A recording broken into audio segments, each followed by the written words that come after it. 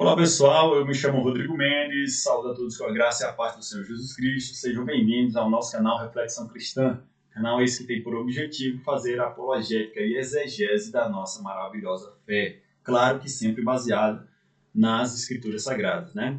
Hoje nós vamos falar sobre um tema que não deveria ser polêmico, porém há sempre aqueles que tentam problematizar aquele que não tem problema, né?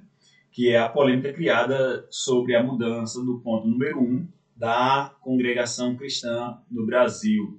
Esse ponto está no texto Pontos de Doutrina e da Fé que uma vez foi dada aos santos, que é a confissão de fé da congregação cristã.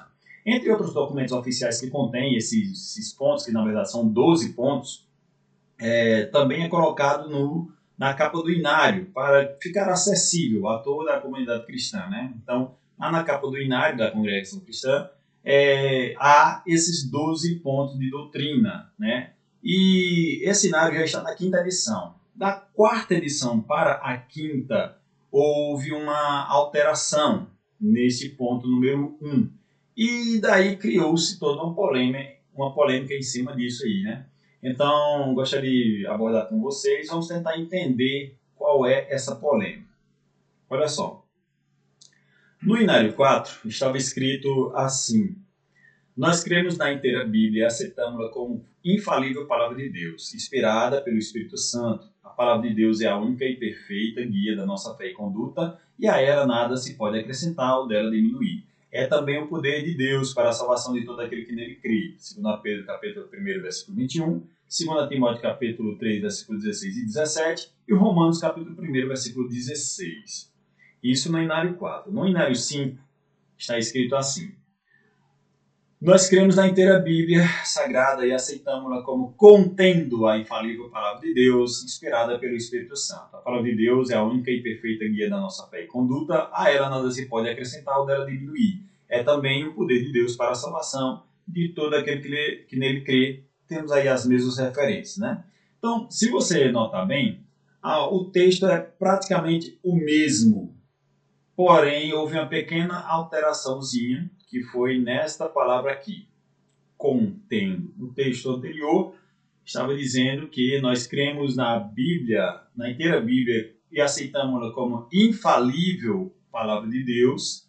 E no texto do ponto 1, agora da versão do Inário 5, está escrito aqui, assim: nós cremos na inteira Bíblia Sagrada e aceitamos-la como contendo a infalível palavra de Deus. Então, montou-se uma polêmica em cima dessa palavra contendo. Vamos tentar entender. Existem muitas pessoas que tentaram problematizar isso, mas eu queria apenas, para o vídeo não ficar muito longo, eu vou pegar aqui apenas a sugestão de duas pessoas que são até, de certa forma, proeminentes no meio evangélico.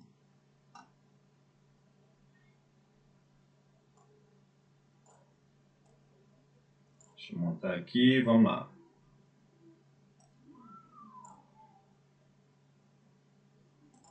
Em 1980, o Estatuto dizia: nós cremos na inteira Bíblia e aceitamos-la como infalível palavra de Deus inspirada pelo Espírito Santo. Tudo ok.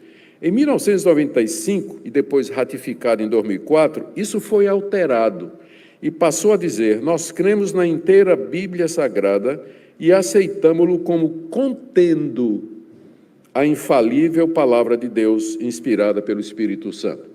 A interpretação simples disso aqui é que se a Bíblia, se as Escrituras contêm a palavra de Deus, ela não é totalmente a palavra de Deus. Ela contém a palavra de Deus, mas ela não é a palavra de Deus, o que significa que ela pode também conter coisas como palavras humanas, erros, equívocos e uma série de outras coisas. Apesar da gravidade dessa mudança que teve na questão da Bíblia, provavelmente a esmagadora maioria dos membros da CCB não percebeu ou se importou com essa mudança no Estatuto.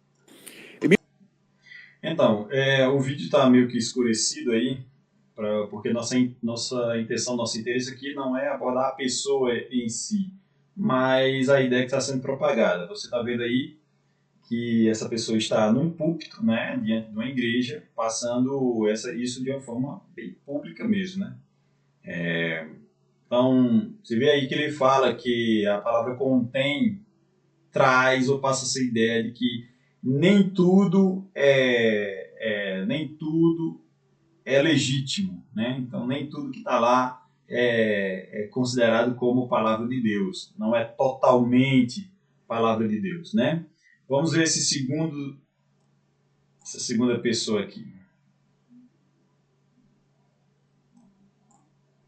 No site, na sua própria declaração de fé, ali na seção pontos de doutrina, eles vão dizer que creem na Bíblia como contendo a infalível palavra de Deus. Aí já é um erro muito grande, porque a Bíblia é a palavra de Deus. Ela não só contém a palavra de Deus, como ela também é a palavra de Deus. E uma vez que você enxerga a Bíblia como só contendo a palavra de Deus, você encontra dois problemas aí. O primeiro dele é que você só extrai da Escritura ou da Bíblia aquilo que você achar conveniente. Afinal de contas, ela não é na totalidade a palavra, mas contém. E o segundo erro ao dizer isso é que, assim fazendo, a Bíblia não se torna a única fonte de revelação e de fé e prática. Você pode ter outras fontes que também contêm a palavra de Deus e não só a Bíblia. E isso nós encontramos na congregação cristã. As Escrituras, a Bíblia Sagrada, não é a única fonte de verdade e a única fonte de revelação da palavra de Deus. Você tem outros instrumentos. No site, na sua própria... Então vamos lá. Você vê que ele não só diz que a palavra contém significa não ser totalmente, não é totalmente palavra de Deus, como ele ainda diz também que faz com que as pessoas deixem de procurar a informação, deixem de procurar a palavra de Deus na Bíblia e passem a procurar em outros locais, né? Vamos ver se isso realmente tem algum sentido.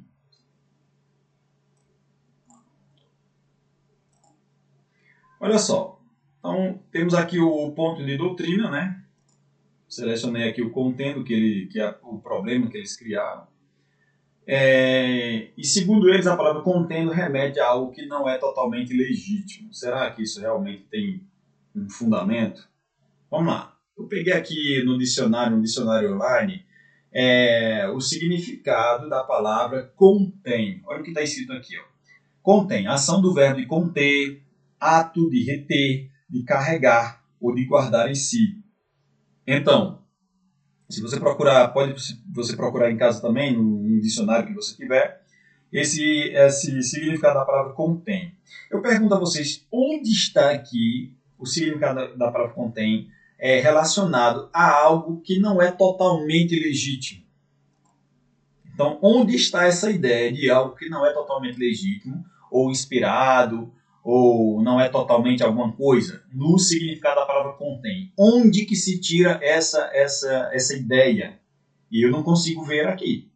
Então, se você quiser procurar em casa, em algum dicionário, procure e veja se a palavra contém passa de alguma forma algum conceito lá que mostre que a palavra contém, passa essa ideia de que é algo que não é totalmente, que não é inspirado, que não é totalmente completo, né?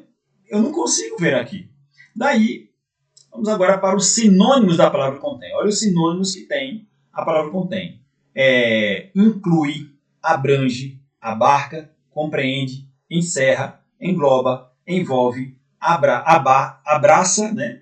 Integra, compõe-se, enquadra. Onde está aqui algo referente a dizer que não é totalmente, que é só uma parte, né? Não existe sinônimo, nenhum desses sinônimos passa essa ideia. Nem o conceito do dicionário passa essa ideia, e tão poucos sinônimos passam essa ideia também. Pelo contrário, observe esses três sinônimos aqui. Ó. Abarca, encerra, engloba. Esses três sinônimos aqui nos passam a ideia contrária, nos passam a ideia de completo, de algo que está... Se algo abarca algo, significa que ele está completo ali. Se algo encerra, significa que está encerrado, está ali dentro, completo. Se algo engloba, diz que está englobado lá. Dizer que a palavra de Deus, dizer que a Bíblia contém a palavra de Deus, é o mesmo dizer que a Bíblia abarca a palavra de Deus. A Bíblia encerra a palavra de Deus. A Bíblia engloba a palavra de Deus. Seja sincero com a sua consciência. esse sentido aqui traz um sentido realmente de algo que não está completo? Traz o sentido de algo que está faltando? Será que é isso mesmo? Fale com a sua própria consciência se é isso mesmo que esse sentido da palavra contém. Então, assim, o que se vê aqui é totalmente contrário, né? Mas vamos continuar. Eu vou agora apelar para a sua visão lógica das coisas, tá bom? Observe aqui essas três figuras. Se eu observo a primeira figura e digo assim, ó, isto é água. Você vai discordar de mim que isto aqui é água? Acho que não, né? Se você olhar para essa figura número 2 e você falar assim, ó, isto é comida, você vai discordar de mim que isso aqui é comida? Também não, né? Se você olhar para a figura 3 e dizer assim, isto é a palavra de Deus, você vai discordar de mim que isso é a palavra de Deus? Também não, correto? Então pode dizer que essas três afirmações estão corretas, certo? Agora observe isso daqui, ó. Se eu falar, esta garrafa contém água, aí você vai me dizer, não, peraí, uma coisa é você dizer que isto é água, outra coisa é dizer que essa garrafa contém água, porque se você dizer que essa garrafa contém água, então significa que a água não é totalmente água, que a água não é totalmente legítima. Dá para compreender isso aqui dessa frase? Fala com a sua consciência, é isso mesmo que você entende? Se eu falar, isto é água, aí você, beleza, tá certo. Se eu falar, essa garrafa contém água, então quer dizer que nem toda água que está aí é uma água legítima. Será que é isso que você entende? Vamos para o próximo aqui. Eu estou rindo aqui, mas é porque o tanto que é ridículo esse argumento. Então, assim, eu não consigo ficar sério diante de um argumento tão ridículo como esse. Olha outro aqui, ó. Então, esse argumento aqui é furado, totalmente furado. Então, tanto está certo eu falar que essa primeira figura, isto é água, como essa garrafa contém água, né? Olha a segunda figura. Se eu falar, isto é comida, você, opa, certo. Se eu falar assim, este prato contém comida, aí você vai me dizer assim, então quer dizer que nem toda comida é comida. A comida não está totalmente aí. Nem toda comida que está aí é legítima. Será que é isso que você vai imaginar? Será mesmo que é isso que você vai imaginar? Então, olha só. Não tem base, não tem lógica uma afirmação dessa. Então, essa segunda forma de falar, essa segunda afirmativa, também está correta. Aí nós vamos para esta daqui. Isto é a palavra de Deus, você vai concordar comigo. E se eu falar, esta Bíblia contém a palavra de Deus, você não, peraí. Contém significa que nem toda palavra que está aí é legítima. Nem toda não é totalmente palavra de Deus, ou não é totalmente legítima, ou não é totalmente inspirada. É isso realmente que você vai acreditar? Seja sincero consigo mesmo. É isso realmente que você vai entender. Então, esse conceito é muito furado, é muito ridículo, pueril, infantil. Eu não entendo como que uma pessoa que se diz formada em teologia, né, até para uma pessoa comum, para entender uma coisa dessa forma aqui, já não é tão aceitável assim. Mas para uma pessoa que se diz formado, né, para uma faculdade, não entende isso aqui. Então, assim, é risível isso, né? Dá para a gente ficar assim, até constrangido com esse tipo de argumento, né? Então, dizer que a Bíblia é a palavra de Deus e dizer que a Bíblia contém a palavra de Deus, basicamente não há problema algum, certo? Então, vamos lá. Então, qual é o sentido da palavra contendo? Por que foi incluída essa palavra contendo aqui nesse texto, né? Apenas para indicar uma ideia de portador textual. Portador textual. E o que é um portador textual? Vamos lá. Portadores de texto são compreendidos como todos os objetos que apresentam algo que possa ser lido ou quaisquer objetos que levem um texto impresso ou manuscrito. Então, o portador textual é um objeto e a mensagem é o que está escrito nesse objeto. Por exemplo, para ficar bem claro, temos aqui uma carta. Qual o portador textual da carta? É o objeto físico de papel, ou seja, a folha de papel. E qual é a mensagem? A comunicação que é escrita nessa carta. Vamos para uma mensagem de texto. Qual é o portador textual? é um objeto de plástico, um objeto eletrônico, né, que é o smartphone, o celular, certo? Um objeto físico. E qual é a mensagem? É a comunicação digitada desse texto. Vamos para a palavra de Deus. Qual é o portador textual da palavra de Deus? É um objeto feito de papel, um livro chamado Bíblia. E qual é a mensagem? É a comunicação revelada e escrita dentro dele. Então, nada mais é do que a Bíblia é o portador textual e a mensagem é a revelação, a mensagem revelada que está escrita dentro da Bíblia, certo? Mas aí você também está exagerando, você está descredibilizando o termo Bíblia. Será que é isso mesmo? Vamos agora fazer uma análise etimológica da palavra Bíblia. Olha qual é a etimologia da palavra Bíblia. A origem da palavra Bíblia. A origem da palavra Bíblia é remota e a forma mais antiga de livro que se tem notícia era um rolo de papiro, planta abundante às margens do rio Nilo, usada pelos antigos egípcios, gregos e romanos para escrever. A palavra grega para papiro era biblos, derivada do nome do porto fenício de Biblos, hoje Jubail, no Líbano, através do qual o papiro era exportado.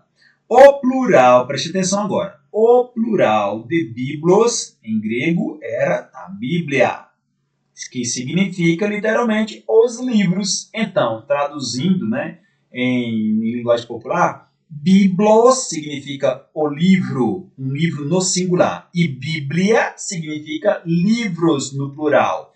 Essa palavra Bíblia não é específica apenas do livro que contém a palavra de Deus, mas no idioma grego, a própria palavra Bíblia é livro, é qualquer livro. Qualquer livro é Biblos e Bíblia é o plural, é livros. Como a nossa Bíblia ela contém vários livros, por isso que ela não é chamada de Biblos, mas é chamada de Bíblia. Então, a palavra Bíblia nada mais significa do que livros, um objeto físico, um portador textual.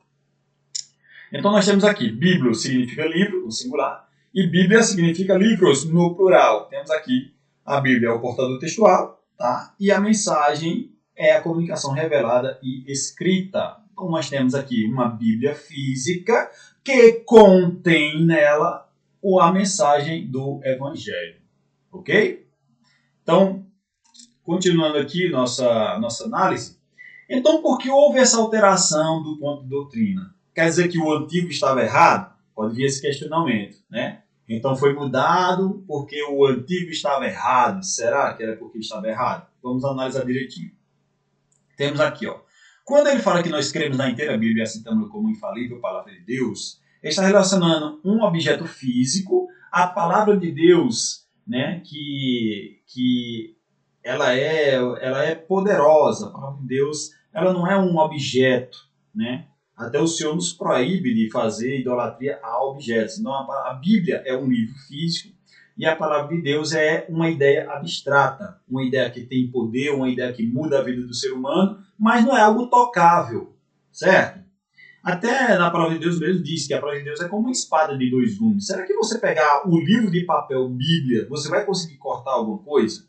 Então, assim, eu acho que não tem como ficar mais claro do que isso, tá? Então, quando eu falo que cremos na Bíblia e aceitamos como infalível palavra de Deus, eu estou dizendo que a Bíblia é a palavra de Deus. Porém, no sentido figurado, no sentido utilizando uma figura de linguagem chamada metonímia, que consiste em você utilizar um termo no lugar de outro, sendo que entre eles tem alguma relação. É como se eu falasse assim, eu gosto de ler Machado de Assis. Você não lê Machado de Assis, você lê o livro de Machado de Assis. Então, ao invés de falar o livro, eu falo Machado de Assis. A mesma coisa que eu estava utilizando nós cremos na palavra de Deus, só que ao invés de falar a palavra de Deus, eu falo Bíblia. A Bíblia é a palavra de Deus. Mesmo que eu saiba que a Bíblia, na verdade, é um livro físico, certo? Então, nesse momento, eu estou fazendo o quê? Uma figura de linguagem. Então está errado fazer figura de linguagem? Olha, o próprio Senhor Jesus Cristo faz figura de linguagem. Em certo momento ele falou assim, que ele disse que os discípulos dele são sal da terra e luz do mundo. Se eu pegar um discípulo de Jesus Cristo e botar dentro de uma sala escura, ele vai brilhar? Claro que não, Por quê? Porque ele está falando na linguagem figurada. Então, o ponto de doutrina número 1, que está no Inário 4, está falando da maneira figurada, né? E o que está no Inário 5 evitou-se essa maneira figurada e falou da maneira literal. Por quê? Muitas vezes alguém pode até, não que esteja errado falar da maneira figurada, mas pode trazer alguma confusão na mente dos mais simples. Não tem nada de errado, né? Mas para evitar essa confusão, né, de alguém até chegar a idolatrar um objeto como a Bíblia Sagrada, né? Se a Bíblia é a palavra de Deus, eu estou aqui com dor de cabeça, vou colocar a Bíblia na minha cabeça para que essa enfermidade passe. Então, assim, cria-se uma questão até de sincretismo em cima da Bíblia. Não, novamente, não que a linguagem figurada esteja errada, mas para evitar esse erro dos mais simples, né, optou-se por fazer na linguagem mais literal. Então, aqui não há problema doutrinário, a doutrina não foi mudada. A única coisa que houve mudança aqui foi na estilística. A estilística é a parte da língua portuguesa que trata sobre o estilo de cada escritor escrever. Há escritores que escrevem de uma maneira mais literal, mais objetiva. Há escritores que tratam o seu tema da maneira mais subjetiva, mais figurativa. Então é apenas uma questão de estilo. Eu não entendo como que uma pessoa, um pastor desse, ele diz que tem faculdade, ele diz que fez teologia, que ele fez mestrado, que fez doutorado, e não sabe o que é uma estilística. Não sabe o que é uma metonímia. Não tem ideia do que é uma figura de linguagem. Não sabe o que é um portador textual. Isso, sinceramente, me envergonha. E uma pessoa como essa, aliás, me envergonha não, eu sinto vergonha na liga, né? Mas ele envergonha a classe. Né? Então, como que a classe dessas pessoas, né? Somos pastores e tal, e o camarada não sabe o que é uma estilística. Não sabe o que é um portador textual. Faça uma prova. Chega para o teu professor lá da tua faculdade, o professor lá da tua escola, pergunta para o professor de português. Professor de português, o que é um portador textual? Aí ele vai te responder, tá? Quando ele te responder, você pergunta, eu posso considerar a Bíblia um portador textual? Aí ele vai te responder, tá bom? Quando ele falar sobre isso, né, sobre isso, aí você vai perguntar a terceira pergunta. Então, quer dizer que a mensagem que está na Bíblia, né, eu posso dizer que a mensagem ela está contida no portador textual chamado Bíblia? Aí você vai perguntar para ele, tá? E ele vai te dar a resposta, certo? Ok? Eu poderia parar o vídeo por aqui, mas eu tenho que falar mais uma coisinha, certo? Vamos lá. Essas pessoas gostam de selecionar palavras, né, para tirar conceitos em cima dessa palavra. Então, selecionar a palavra contendo para criar uma polêmica em cima dessa palavra. Pois bem, agora serei eu que irei selecionar. Né? Primeiramente, você vai ver aqui, ó, diz assim, ó, nós queremos a inteira Bíblia. Como que eu posso relacionar que a palavra contendo significa apenas uma parte, se a primeira frase diz, nós queremos na inteira Bíblia? Olha como é infantil esse tipo de interpretação, falado por pessoas que se dizem pastores, pessoas que estão à frente de igrejas, pessoas que se dizem ter feito teologia, pessoas que se dizem ter mestrado, doutorado. Como que eles conseguem interpretar uma coisa dessa forma? Né? Mas tem mais. Continuando aqui, dizemos assim, nós queremos na inteira Bíblia Sagrada, aceitamos como contendo a infalível palavra de Deus, inspirada pelo Espírito Santo. A palavra de Deus é a única perfeita guia da nossa fé e conduta. O outro lá, né, o segundo vídeo, falou assim, olha, isso remete a eles procurarem a revelação em outras coisas, né? Mas olha o que diz o ponto aqui. A palavra de Deus é a única perfeita guia da nossa fé e conduta. E a ela nada se pode acrescentar ou dela diminuir. Então, nada se pode acrescentar ou diminuir. Então, neste ponto aqui, está sendo claro que não tem contendo não significa apenas uma parte. Não, nada se pode acrescentar, nada se pode diminuir. Ela é perfeita, ela é completa, ela está totalmente revelada lá. Ela é a perfeita guia da nossa fé, não precisamos de outra, né? Mas se analisarmos bem, quem será que realmente está acrescentando ou diminuindo algo à palavra de Deus? Essas mesmas pessoas apresentadas no vídeo, eles acreditam em batismo por aspersão, que é aquele batismo que você joga aguinha na cabeça da pessoa, né? Eu pergunto, onde está na Bíblia o batismo por aspersão? Se você encontrar, por favor, coloca aqui no comentário que eu estou louco de vontade de saber onde está escrito, porque eu não encontrei ainda. Então, coloque aqui nos comentários onde está o batismo por aspersão. Será que ele está lá mesmo ou será que isso é um acréscimo à palavra de Deus? Onde que está o dízimo como ordenança na graça? Estou falando da graça, né? Não há dízimo como ordenança na graça, de forma alguma. Ah, mas lá em Mateus 23 fala sobre o dízimo. Calma aí. Em Mateus 23, o Senhor Jesus Cristo ainda não tinha sido crucificado. Ele ainda estava debaixo da lei e ele estava dando essa ordenança para judeus. Então, aquilo que estava escrito lá em Mateus 20, aquilo que está escrito em Mateus 23, está relacionado ainda à lei de Moisés, né? A antiga aliança. Mas debaixo da graça me mostra um versículo apenas, só um versículo, que tem um apóstolo falando, continuem com o dízimo, façam sobre o dízimo, né? Há em Hebreus até uma referência ao dízimo, mas não há ordenança, faça, pratique, continue, passe adiante. Não há ordenança, nenhuma ordenança sequer de dízimo na nova aliança, né?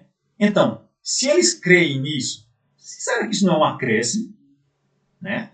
Olha para esse outro ponto aqui. Ele também tem o título de pastor. Me encontra, por favor, uma parte na nova aliança que fala que fulano é um pastor, ciclano foi estabelecido pastor. Eu encontro lá, né? Estabeleceu bispos, estabeleceu presbíteros. Mas, pastor, onde que tem isso?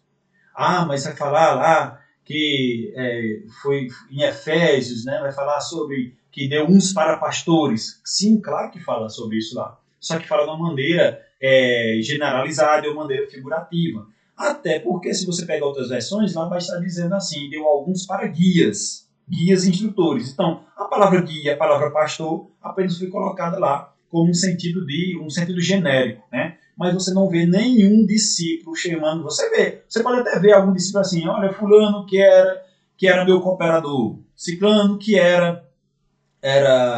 foi estabelecido presbítero. Mas onde que fala assim, fulano que era pastor, ciclano que foi estabelecido como presbítero? Esse tema eu não quero aprofundar muito, a gente vai poder abordar em outro vídeo, né? Mas já deu para compreender que isso não existe na Bíblia, no Novo Testamento. Então, isso é um acréscimo, né? E eles diminuem também. Diminuem de que forma? Eles utilizam do temporalismo e do localismo. O que é isso? Temporalismo é colocar tudo dentro de um tempo, né? Ou seja, escolher aquilo que lhe beneficia ou não e retirar por causa de um tempo. Por exemplo, a pessoa olha lá para alguma carta de Paulo, vê alguma coisa escrita e diz assim, não, mas isso aqui era só para aquele tempo. Não é mais, né? Esses mesmos pastores creem, né, no cessacionalismo, né, na forma de cessar os dons, né? Ah, isso aqui foi só na época lá de Pentecostes, foi só para aquela época, né? Tem também o localismo, a pessoa olha lá, alguma coisa está escrito lá nas cartas de Paulo e diz, não, mas isso é só para aquela localidade. Então essas pessoas tratam a Bíblia como um menu. Já viu um cardápio? Você abre o cardápio lá no restaurante, poxa, isso aqui eu quero, não, isso aqui eu não quero. Isso aqui é bom, não, isso aqui tira. Aí eu vou pedir uma pizza portuguesa, mas fala o seguinte, ó, tira lá o pimentão, né? Então, a pessoa fica escolhendo o que quer, o que não quer. Aí eu te pergunto, se a pessoa escolhe o que quer, o que não quer, dentro da palavra de Deus, com essa desculpa de que não, isso aqui é só para aquela época, isso aqui é só para aquele povo, quem realmente está descredibilizando a palavra? Quem realmente não crê na totalidade da palavra? Quem realmente está desconsiderando que parte da palavra seja a revelação? Né? Porque quando eu digo assim, que olha, isso aqui é só para aquela época, eu estou dizendo, não, isso aqui é um recado que Paulo deu para aquele. Isso aqui não é fé nossa. Isso aqui não é revelação. Isso aqui é só para aquela época lá. Né? Então eles fatiam o Novo Testamento, utilizam daquilo que quer, descredibilizam uma parte e diz que os outros é que estão fazendo isso. Dizem que os outros é que estão, olha, contendo significa que eles acreditam que nem tudo ali é revelação. Quem é que fica tirando um pedaço da palavra porque, não, isso aí não é revelação, isso aqui é só para aquela época. Você encontra lá na epístola de Paulo, ele fala assim, a maior parte das epístolas dele, ele fala assim, epístola universal. Olha, se a epístola universal é para toda a comunidade cristã do mundo inteiro, mas eles pegam algo que está lá na epístola universal e dizem assim, não, isso aqui é só para aquela localidade. Em outras palavras, isso aqui não é revelação, isso aqui não tem valor, isso aqui foi só para aquela época, só para aquela localidade. É o velho acuse os outros daquilo que você está fazendo. Pegam uma palavra contendo, tentam relacionar, descredibilizar dizendo que ela está relacionada a algo que não é na totalidade. Nós já vimos aqui que etimologicamente não tem nexo nenhum esse pensamento, enquanto que eles é que estão tirando parte da palavra de Deus, porque para eles foi só para aquela época, foi só para aquele tempo. Não só isso, como também acrescentam aquilo que não está na palavra de Deus. Então, assim, eu faço um apelo à sua consciência. Essas pessoas se dizem a igreja bíblica. A maior propaganda deles é falar assim, saia daí e venha para a igreja bíblica. A igreja bíblica é a igreja que acrescenta coisa na Bíblia? A igreja bíblica é a igreja que retira, que usa a Bíblia como cardápio. Isso aqui foi só para aquela época. Não, isso aqui é só para aquele tempo. Isso aqui foi só para aquela igreja, que é aquela localidade. Será que é essa a igreja bíblica que você acredita? Faça uma reflexão na sua própria consciência. Será que é essa igreja que pode ser chamada de bíblica? Então, assim, eu vou encerrar por aqui. O vídeo já está ficando um pouco longo, mas eu acho que se não deu para alguém entender até agora, eu desisto. Não tem mais como entender, não. Então, tá aí, eu vou deixar esse último quadro aí. A diferença foi apenas de estilística. Em um utiliza-se a metonímia, na outra uma linguagem literal, mas os dois querem dizer a mesma coisa. Peço que compartilhe esse vídeo, meu irmão. Se você vê alguém que está com essa ideia, que está passando adiante dessa ideia, pega esse livro, coloca lá, posta para ele, coloca no teu grupo de WhatsApp, tá? Para deixar bem claro, a gente encerrar de vez essa ideia infantil, essa ideia sem nexo, essa ideia totalmente contraditória, que chega a ser vergonhosa. Eu fico com vergonha alheia quando eu vejo alguém passando adiante uma ideia como essa. Eu procuro nos meus vídeos ser cada vez mais objetivo, não expressar muito, não trazer muita expressão, não ser muito subjetivo. Porém, não tem como não rir, não tem como ser alterado emocionalmente diante de um argumento tão fraco, tão pueril como esse, tá? Então compartilhe esse vídeo, fique com a paz de Deus, se inscreva no canal também, tá? Me ajuda a compartilhar essa ideia tão maravilhosa e justa que é a palavra de Deus, tá bom? Fique com Deus, até o próximo vídeo.